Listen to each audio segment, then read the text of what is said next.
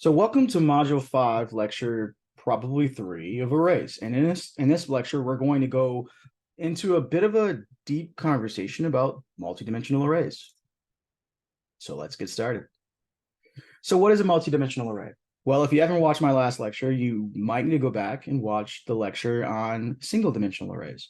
Single dimensional arrays are one-dimensional arrays that hold values in a specific sequence. And normally that sequence starts at the number 0 and works its way up the chain in +1.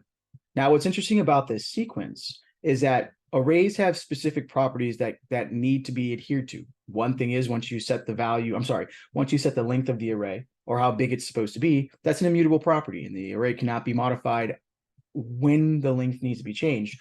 What you essentially need to do is create a new array with the new length and port over all the data that's in the old array to get a bigger array.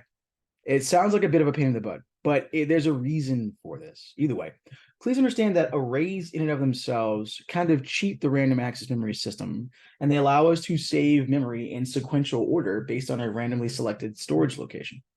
The same is true for a multidimensional array. But what is a multidimensional array? Well, arrays can have more than one dimension. That doesn't really answer the question. We're using the same word in the same sentence. In a two-dimensional array, you can think of the left index as the row and the right index as the column. When you're looking at a multidimensional array, what you're essentially observing is an array that has more indices to how the data is perceived. Normally, arrays are in one dimension, but there is just as many that are represented in the second dimension. Now, some of you might be saying, well, when in the hell have I ever seen this? I can't for the life of me think of any real world example where a multidimensional array would ever cross my path. I don't even know if I even care. Well, let's take a big step back, and I'm going to ask you a philosophical question. Have you ever used Microsoft Excel? If you're nodding your head yes, then you have messed with and observed and played with and learned how to manipulate two-dimensional arrays, because two-dimensional arrays are basically arrays which are tabular. They create a table where the first array shows us the columns, right? And the second array shows us the cells in the columns, all right? The first array, or the rows, I apologize. The first array shows us the rows, and the second array shows us the cells in those rows. That's basically what a two-dimensional array looks like. A three-dimensional array gets into things called cubes, where you have an array within an array within an array. And for all intents and purposes, we do this all the time. As a matter of fact, arrays are so efficient, we use them like this on a regular basis because it's easier to have in a multi-dimensional array. I'm getting excited, so I need to slow down. It's easier to have, and it's more efficient to parse through a multidimensional array than it is to parse through one which isn't. And the reason why is because even though that multidimensional array sits, for all intents and purposes, in a random access location, everything within that array is sequential to it, which means it's right next to it, it's congruent. So the computer doesn't have to look very far to get the multidimensional indices of the array. Whereas if you had two separate arrays, each array would be randomly popped into the random access memory, and your PC would then have to traverse the node to find both of them, as there are situations where if your PC is not that great, it doesn't remember where it put things. And with that, let's jump into, I should have checked my PowerPoint over here. Let's jump into this and let's do it. Let's make some multidimensional arrays. Now, multidimensional arrays have their drawbacks. All right, they have their drawbacks. One of the drawbacks to a multidimensional array is the fact that the multidimensional array still has non-user-friendly keys. All right, so if I want to make an array that's multidimensional, I would put a comma in the indexer, which basically says this first one is, there's one array on the left and there's one array on the right. And what I could theoretically do if I was a smart cookie is I could, now this is actually a jagged array, I do apologize. I meant that. All right. Oh no, I did it right the first time. Multidimensional. Okay, great. If I wanted to declare this array, so string r equals, I just wanted to declare it, I didn't want to initialize with any values, then I would have to say new, okay, and then whatever the value type of the array is, and then how big I want each array to be, 2, 3. Now, in the last lecture, you noticed that I did not define how big my array needed to be. I wanted the computer to dynamically determine the length on its own based on the values that I supplied to it. If you can, it makes the most sense to initialize your array without a specified number of values needed by the PC. In the event, so this right here, this array declaration is not desirable in the real world. If I was going to declare an array, but I did not know how big the array needed to be, and I need to get that data from something else, either I would not declare the array until I had the data or I knew where it was, or I would just do this. I would declare the data or declare the array null. And the reason why I would declare the array null is because it has nothing in that storage location. I'm only reserving it for something I will put there, which means nothing has been declared. Nothing has been initialized. Something has been declared. Nothing has been initialized, which means there's no data type. There's no immutable length assigned to the array yet. When I get the data, as a matter of fact, let's say I need to parse through another array to put data into this array, then I would actually parse it into the array one by one, or I create some way of getting it in all at once so that it initializes it on first glance. So with that being said, here it is, string cars. Notice I'm getting a bunch of errors, and that's because it's looking for the multi-dimensionality of these arrays. So I'm going to say Chevy, and then I'm going to give it, a year. The same thing with Toyota. I need all of these positions here in my array of arrays, if you will, and that's what we call jagged arrays. So I do apologize for using it here, but basically looking at this, I can say, okay, well, I want more values to be lumped together. And you might be saying, well, hold on, this sounds very efficient. It is, but we don't do this necessarily because once again, our arrays, this array in and of itself is still not necessarily understandable. For instance, what position or what human key would I want to use to get the Chevy? I'd probably want a key like Chevrolet, but because in this specific instance of things, I can't really do that because I can't define the key value pair or the property that I want this to be at this level. So looking at this, we don't necessarily do arrays within arrays. What we really do are arrays that are comprised of objects. And those objects gives us the ability to do key value pairs that make sense to us as humans. But either way, we're going to go and do this multi-dimensional array. And then what I'm going to do is I'm going to then I now have to create a second array or a second loop. This first loop, all right, and let's go ahead and unblock that so you can see the red line. This first loop is going to pass through cars, right? It's going to parse through the array cars, and then it's going to start at the 0th position, and it's going to print something. But you can't print an array. You can't. You have to iterate over it in C# and print the values within the array. So I can't print the array cars. So it's going to tell me, hey, dog, first of all, you can't print this. It's going to return object, array.object. Secondly, are you missing something? Is there something missing here? Shouldn't you have another value being referenced here? Yes, I should. And if you've noticed, this right here isn't going to work out. So if I wanted, all right, so let's say I said I want console.writeLine, and let's say I wanted Chevy, then I would need to index the first array at the 0th position, and then I would need to index this second array at what position of it? Right, the 0th position. This string Chevys is in the 0th position of the first array and the 0th position of the second array. Now I'm making a mistake here. I'm acting like it's a jagged array because I'm used to old school arrays. It's really like that. Fantastic. If I run this and I look at my console, lo and behold, I got Chevy. If I wanted to print everything that's in this array, then this isn't the path. I can't do this. What I need to do is I need to iterate over the array, and I would need to iterate over it twice.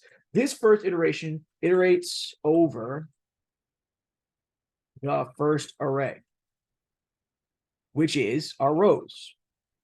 All right. And so then what I would do is I would say, okay, now that I'm iterating over the rows, well, I would have to do the for loop. You can just do the next letter in the alphabet. You can name that iterator whatever you want. But in this case, I'm going to name it J. J is less than, you see how the code's already giving me the answer. Cars I dot length. I want to know the length of the array that's within the array. And so to get that, I need the position that array is in, the child array. I need to know the length of the child array within the parent array. All right. The parent array has the rows, and each of those rows are annotated by the children. All right. So this Chevy 1998 array within the bigger array is a child. All right. I'm using that word very loosely because it's not inherited. We're not using inheritance here. I just want you to look at it from that relationship for a second. All right. Within it, I need to look at the parent and ask it, hey, how big is the child within you?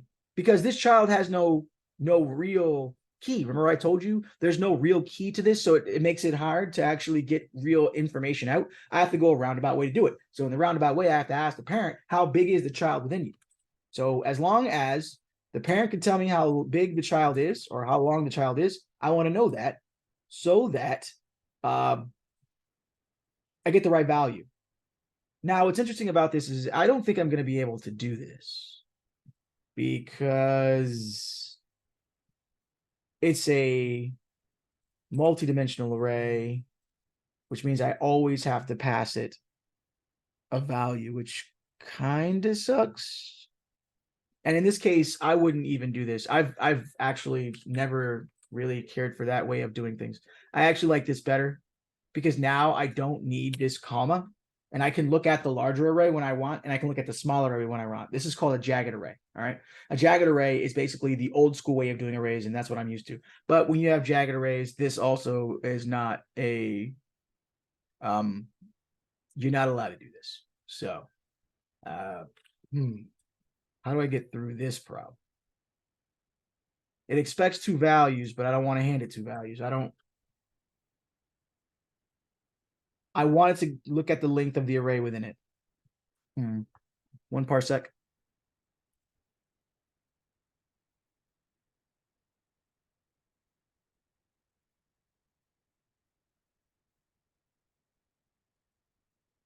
Oh. Oh, okay. I'm doing this wrong. I actually need to use the get length property instead of the length property. And there's a reason for this. So cars.getLength, right? And then what this allows me to do is to pass the dimension that I want it to look at. So in this case, it'll be I. Because I want to know the size. I want to know the size of that specific. No, that's yeah. That'll work. Right. I want to use the row 0. I want to stay on the row 0. Tell me how big that array is at the row 0. And then at this point, I can say J++. I almost brain schismed myself with that one. And then here we go. We're going to say that. And now this should work. So what it should be is cos J, and basically it's IJ, just like that. Now this should print out all these values in sequence.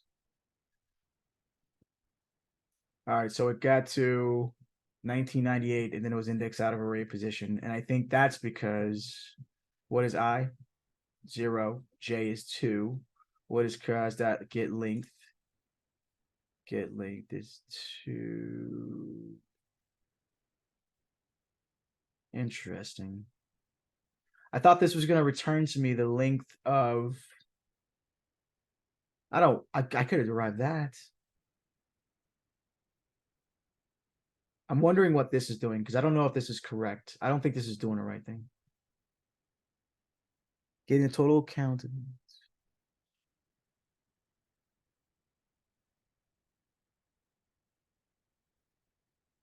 Huh. I wonder. What does that mean? 2. Oh, interesting. Okay. I guess rank is how I would get the length of that via this specific context. Yep, that worked. I got an index out of exception error. I got it again, but it printed everything and then it said go pound send. But you can also use for each loops to do this as well, which in my opinion feel like it would be a lot easier. in my opinion. And if I use the for each loop to do this, it would look something like, 1 second.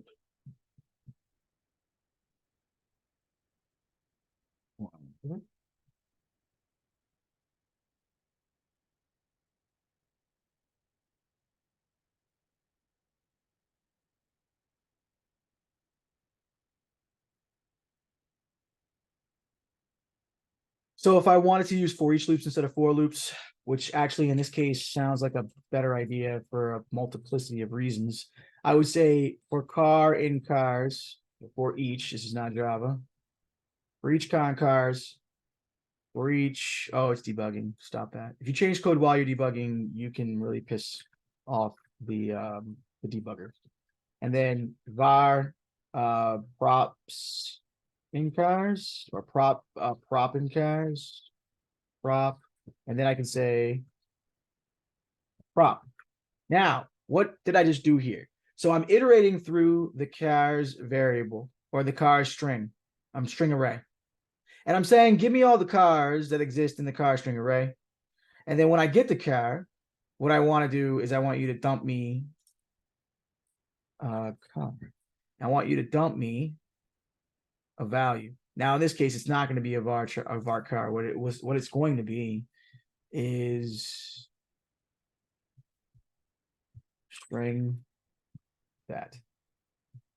That's what it's going to be, which it looks like it's not going to work. That's interesting. I'm a fan of jagged arrays. This I'm not a fan of. Oh, that is not what I wanted to do at all. That's interesting. It actually,